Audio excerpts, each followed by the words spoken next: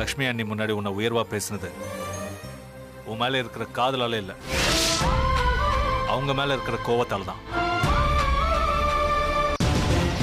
நீங்க இருந்தனா இந்த கண்ணுலயோ திரு கண்ணுலயோ படக்கூடாது, பட்ட பிரச்சனை ஆயிடும். அதெல்லாம் நாங்க பாத்துக்கிறோம்.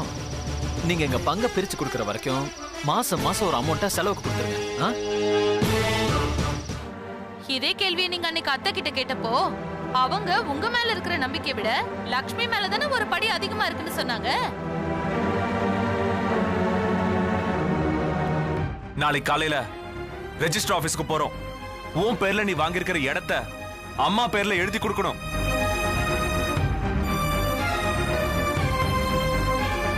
இது ரெண்டுமே நடக்கலன்னா ஒண்ணும் பண்ண மாட்டேன். இங்கேயே இப்பவே நான் செத்துருவேன்.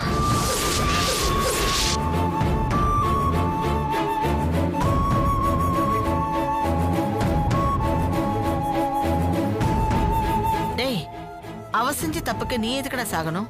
உங்க எல்லாருக்குமே என் மேல சந்தேகம் இருக்குன்னு புரிஞ்சுக்கிட்டேன். அவ சம்மதிக்கலனா இதுவும் என்னோட நாடகம்னு ஆயிடும். அந்த பழிய நான் ஏத்துக்க தயாரா இல்ல. என்ன, நான் சொன்னதை செய்வியா மாட்டியா?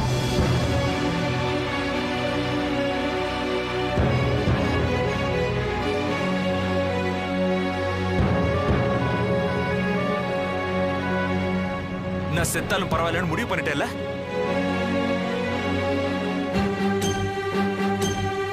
லக்ஷ்மி, தப்புமா. வெற்றி தம்பி ஏதாவது பண்ணிட்டா என்ன ஆகும்? உனக்கு தாலி தானே முக்கியம். சாவிய கொடுத்துடுமா.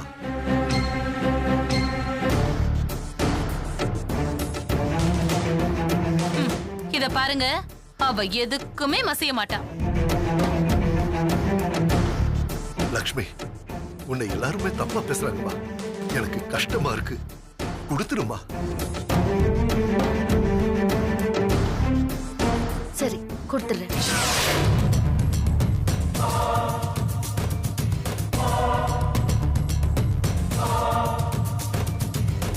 அதான் நீங்களே சொல்லிட்டீங்களே.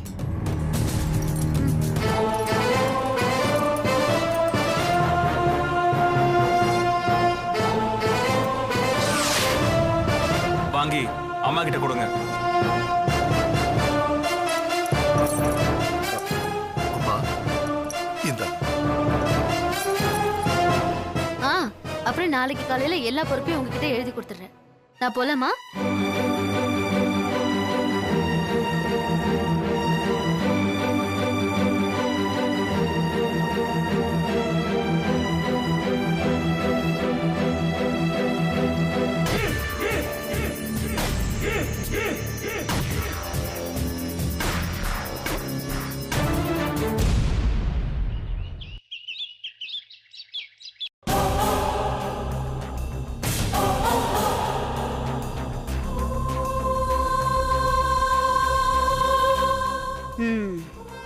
நெத்தியில பட்டை, முகத்துல சாந்தம், ஆண்டு அனுபவிச்சு வாழ்ந்து முடிச்ச மாதிரி டல் கலர்ல ஒரு புடவை. ஊரை ஏமாத்துறதுக்கும் உன் தம்பியை ஏமாத்துறதுக்கும் இந்த கெட்டப் ஒர்க் அவுட் ஆச்சுதான். அதுக்காக இதையே கண்டினியூ பண்ண முடியுமா? இந்த நிமிஷம் மொத்த சொத்தும் என் கையில. கலர் கலரா புடவைய கட்டிக்காம, நமக்கு பிடிச்ச மாதிரி நகையை போட்டுக்காம, என்ன வாழ்க்கை இது கோடீஸ்வரி? இவ்வளவு சொத்து இருந்து என்ன பிரயோஜனம் சொல்லு?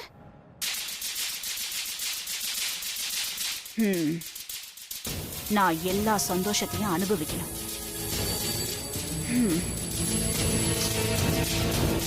முதல்ல இந்த கெட்டப்ப மாத்தணும். மாத்திரை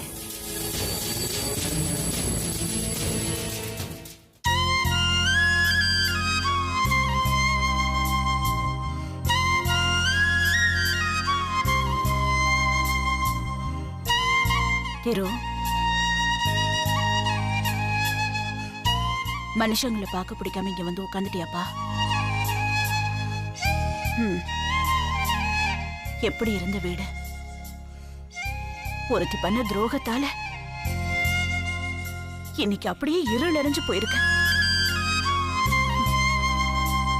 ஒவ்வொரு நிமிஷமும் உன்னை பார்க்கும் போதெல்லாம் அந்த படுபாவி அவன் மேலதானே எனக்கு கோபம் வருது.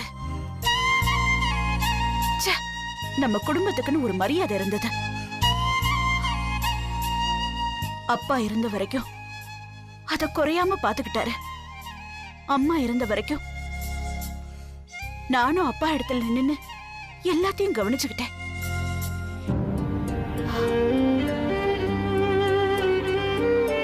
அம்மாவோட சாவு என்ன கொஞ்சம் கொஞ்சமா அசைச்சு பாத்துருச்சுடா.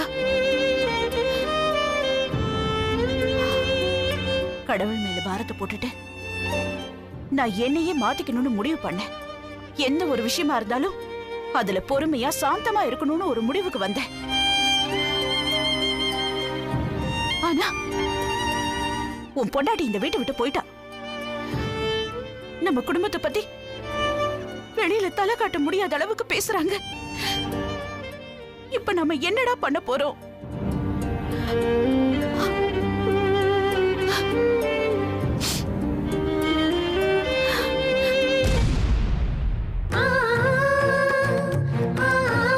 பாத்தியா பாத்தியா என் தம்பிய? என் தம்பி எப்படி வாய் பேச முடியாம உட்கார்ந்திருக்கான் பாரு. அவனை வாய் பேச முடியாத அளவுக்கு பண்ணதே நீதானே?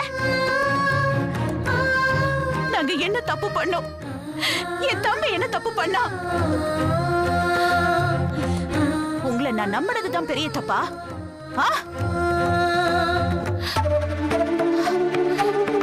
எல்லாருக்கும் நல்லவளா இருக்கணும்னு நினைச்சேன். அதுக்காகவே அமைதியா இருந்தேன். அமைதியா இருந்தவள இந்த ஊரெல்லாம் சேர்ந்து என்ன ஒதுக்கி கழுத்து நெரிச்சு என்ன ஒரு ஓரத்துல தள்ளிடுச்சு. இதுக்கு மேல என்ன அமைதியா இருக்கணுமா? இங்க இருந்து ஓடி போனவே எங்கேயோ சந்தோஷமா இருக்கா. ஆனா என் தம்பி எதையோ பறி கொடுத்தவ மாதிரி இப்படி வீட்டுக்குள்ளேயே முடங்கி கிடக்குறான். இதுதான் நீ எங்க மேல காட்டுற கருணையா? சொல்லு, உன்னதான் கேக்குறேன், பதில் சொல்லு.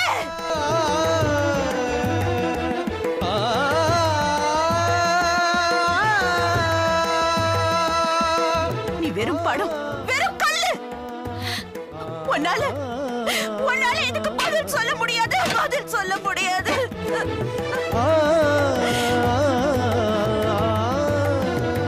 ஆனா எனக்கு தெரியும், நான் பழைய கோடீஸ்வரியா அதிகாரத்தோட இருந்திருந்தா இந்த ஊரே என் முன்னாடி அடங்கி கிடக்கும். எங்களை பத்தி முகத்துக்கு நேரா மூச்சு விடுறதுக்கு கூட தயங்கும்.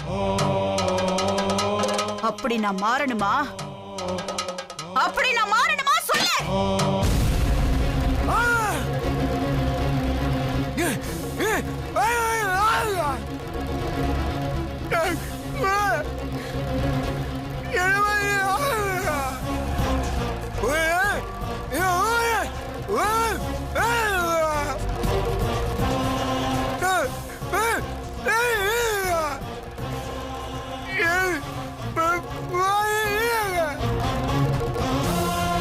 நீ அப்படி சொல்லாதப்பா. உனக்கு என்னடா குறை?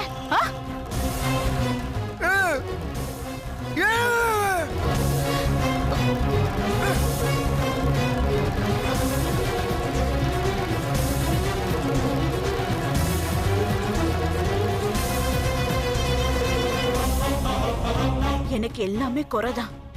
இதுக்கு மேல எதுவும் கேட்க வேணாம். நீ தைரியமானவ. நீ பழைய மாதிரி கம்பீரமா வரணும். நான் ஒரு ஓரமா இந்த வீட்டுல கிடக்க, அவ ஞாபகத்திலே நான் டேய், நீ அவளை மறந்துடுறா. அக்கா உனக்கு ஒரு நல்ல வாழ்க்கை அமைச்சு தரேன்டா.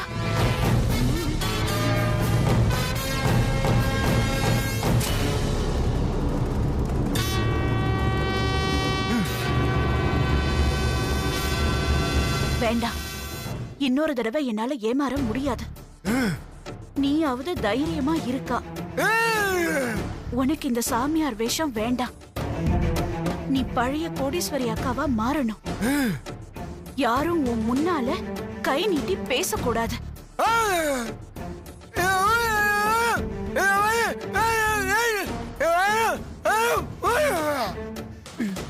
அழாதடா, அழாத. இது பாரு, இனிமே உங்க அக்கா சாமியார் இல்ல, நான் மாறிடுறேன்டா. உன் பழைய அக்காவா மாறிடுறேன். அதுக்கப்புறம் உன் முன்னால எவனும் கை நீட்டி பேச மாட்டான்.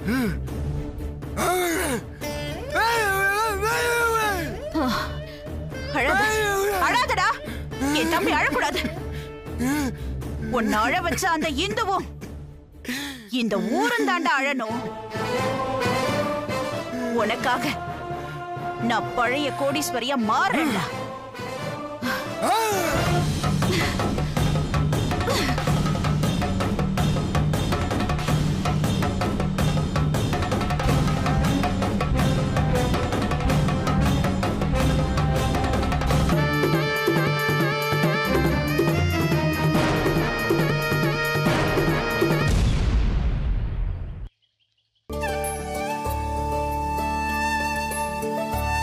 இந்தாம்மா. அம்மா இதுல என்ன இருக்கு? ஒரு நிமிஷம் இருங்க மாமா, பார்த்துட்டு சொல்றேன்.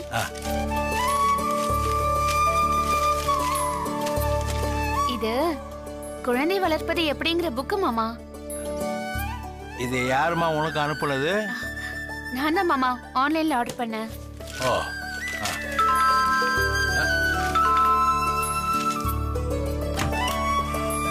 பார்சல் வந்திருக்கு சார். என்னப்பா ஆன்லைன் ஆர்டர்? ஆமா சார். இது என்ன?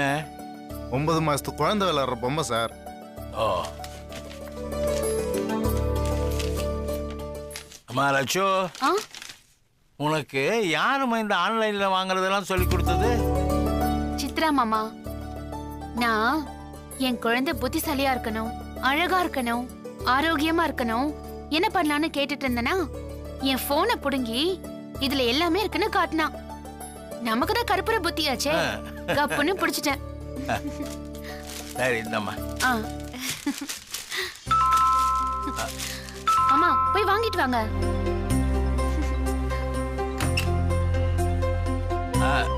Parcel sir. சைன் பண்றேன் சார்.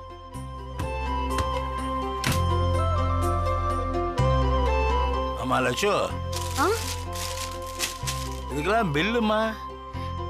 டெபிட் கார்ட்லயே கட்டிட்டேன் மாமா. குழந்தை உண்டானதுல இருந்து ஒவ்வொரு மாசமும் உடம்புல என்ன நடக்கும், குழந்தை எப்படி இருக்கும், நாம என்ன சாப்பிடணும், என்ன பார்க்கணும், என்ன படிக்கணும்னு இப்படி ஏகப்பட்ட விஷயம் இருக்கு மாமா. என் குழந்தை பிறக்கும் போதே புத்திசாலியா இருக்கணும் மாமா.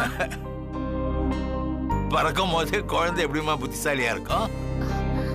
கிண்டல் பண்ணாதீங்க மாமா. குழந்தை 6வது மாசத்திலேயே நம்ம பேசுறதெல்லாம் கேக்குமா. அப்பவே நம்ம எல்லாத்தையும் சொல்லி தரணுமா. சத்தமா சொல்லாதம்மா. அதுக்கும் ஸ்கூல்ல இருந்து லட்சக்கணக்கில் ஃபீஸ் பிடிக்கிட்டு போறாங்க. போங்க மாமா, எது சொன்னாலும் சீரியஸாவே எடுத்துக்க மாட்டீங்க. இன்னும் எவ்வளவு திங்ஸ் புக் பண்ணிருக்க? போய் வாங்கிட்டு வாங்க மாமா. இப்ப யாருப்பா? வாமா, வா இந்த வா. நானே ஏதோ கொரியர் தான் வந்திருக்குன்னு நினைச்சேன்.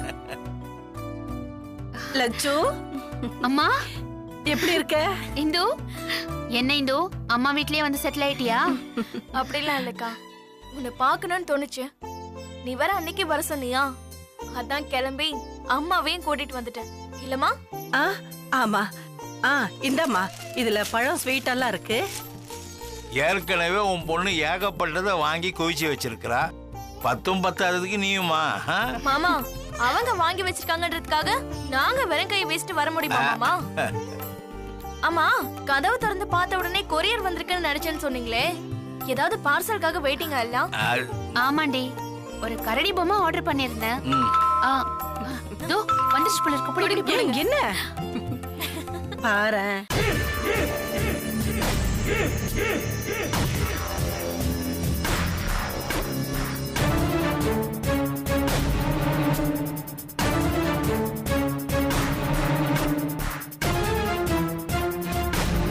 குத்துசாவி அவன் கேட்டா எடுத்து உடனே கொடுத்துருவியா?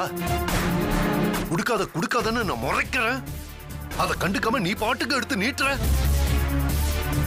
தப்பு லக்ஷ்மி, தப்பு. ஒரு கண்ணத்துல அடிச்சா இன்னொரு கண்ணத்தை காட்டுறதுக்கு நான் ஒண்ணும் மகாத்மா இல்ல. தெரியாம விரல் பட்டாலே கழுத்து திரும்புற மாதிரி முகத்துல குத்துற மிருகம். என் பொறுமைய இன்னைக்கு சோதிச்சு பார்த்துட்ட. என் கையாலேயே வாங்கி சாவி கொத்த அந்த அம்மா கையில குடுக்க வச்சுட்டல. அந்த ஆளு ஹாஸ்பிட்டலுக்கு போயிட்டு வந்ததுக்கு அப்புறம் நான் செய்யணும் சொல்றத செய்யலாமா வேண்டாமான்னு ஒரு முடிவுக்கு வர முடியாம உன் மனசு அந்த பக்கமும் இந்த பக்கமும் அலப்பாயுதா? ஏய் சொல்லு. ஆமா, ஒவ்வொரு நிமிஷமும் நரக வேதனை அனுபவிச்சுட்டு இருக்கேன். முதல் தடவை நீ என்ன பார்த்தப்பவே மாமா கிட்டயும் வெற்றி கிட்டயும் எல்லா விஷயத்தையும் சொல்லிருக்கணும்னு எப்ப தோணுது. ஓ, அந்த முடிவுக்கே வந்துட்டியா நீ? இனிமே வெயிட் பண்ண வேணாமா, நானே போய் 7:30 கூட்டுறேன்.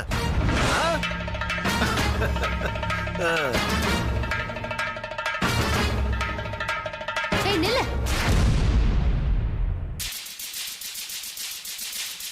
என்னால எந்த முடிவும் எடுக்க முடியல செந்தில். நீயா எந்த முடிவையும் எடுக்க வேணாம் கண்ணு. நான் சொல்றத மட்டும் கேளு, புரியுதா? நாளைக்கு வெற்றி உன்னை ரெஜிஸ்டர் ஆபீஸ்க்கு கூப்பிட்டு இருக்கால, போகாத. எப்படி என்னால போகாம இருக்க முடியும்? சரி, அப்படியே போனாலும் அவன் நீட்டுற பேப்பர்ல எல்லாம் கையெழுத்து போடாத. இன்னைக்கு என் கையால குடுக்க வச்ச அதே குத்து சாவிய நாளைக்கு நானே வாங்கி உன்கிட்ட குடுக்கிற மாதிரி பண்ணு. எப்படி முடியும்? ஏன் முடியாது? நீ புத்திசாலி, உன்னால எல்லாம் முடியும். அத எப்படி முடிக்கிறதுன்னு யோசி. அப்படி முடிக்க முடியலனா அடுத்த தடவை என்ன பார்க்கும்போது நீ ரொம்ப கஷ்டப்படுவ. உன் கண்ணு முன்னாடி நாட்டாமையோட உயிர் போகும். நீ எப்ப வருவன்னு வெயிட் பண்ணி உன் கண்ணு முன்னாடியே நான் அதை செய்வேன். நாட்டாமையோட உயிர் போகணுமா, கொத்து சாவி உன் இடுப்புக்கு திரும்ப வரணுமா? நீயே யோசி. காலையில வரைக்கும் உனக்கு டைம் இருக்கு. வரட்டா?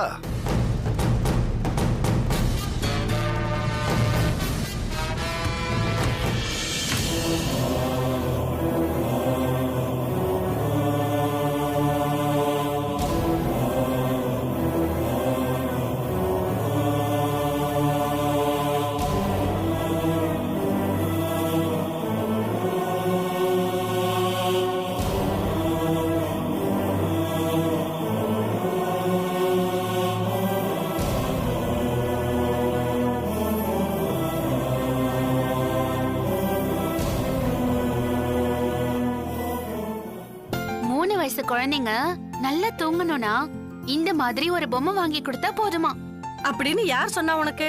நெட்ல போட்டிருக்குமா. நீ 3 வயசா இருக்கும்போது தூங்கலேன்னு சொன்னா மண்டையில நறுக்குன்னு ஒரு கொட்டு கொட்டினா போதும், அவ்வளவுதான். உனக்கு ஒண்ணுக்கு வந்தா கூட அப்படியே படுக்கையில படுத்து தூங்கிடுவேன். அப்ப நான் உனக்கு என்ன இந்த மாதிரி பொம்மையா வாங்கி கொடுத்தேன்? நல்லா கேளுமா. போங்க மாமா, என்ன இப்படி குட்டி குட்டி வளர்த்ததுனாலதான் நான் இப்படி இருக்கேன். என் பிள்ளையும் இப்படி இருக்கணுமா என்ன? அவன் பெரிய ஆளா வரணும் மாமா. சரி, குடிக்கிறதுக்கு ஏதாவது கொண்டு வரட்டுமா? எதுக்குக்கா இதெல்லாம்? நான் ரெடி பண்ணிட்டேன்க்கா. ஆமா, எடுத்துக்கோங்க. யாருமா இவங்க? இது என் பேர் சித்ரா, லக்ஷ்மியோட ஃப்ரெண்டு. நீங்க ஏதாவது பர்சனலா பேச வந்திருப்பீங்க. நீங்க சாப்பிடுங்க, நான் வரேன்.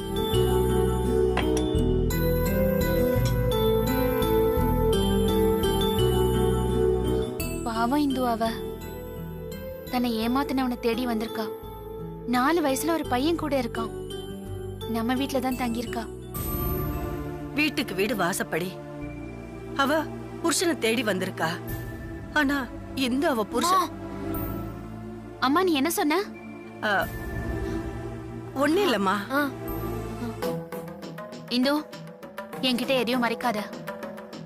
நீ அம்மா வீட்ல இருந்து போன்ல பேசினப்பவே எனக்கு சந்தேகம் தான். இந்து அக்கா கேக்குறால, சொல்லு. 2 பேரும் சேர்ந்து எதையும் மறைக்காதீங்க.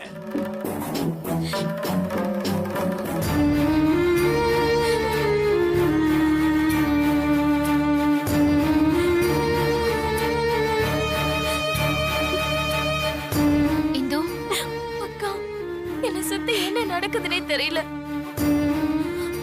ஒரு இடம் வாங்குறது விஷயமா நானே என் புருஷனும் ரெஜிஸ்டர் ஆபீஸ் போக வேண்டியிருந்தது.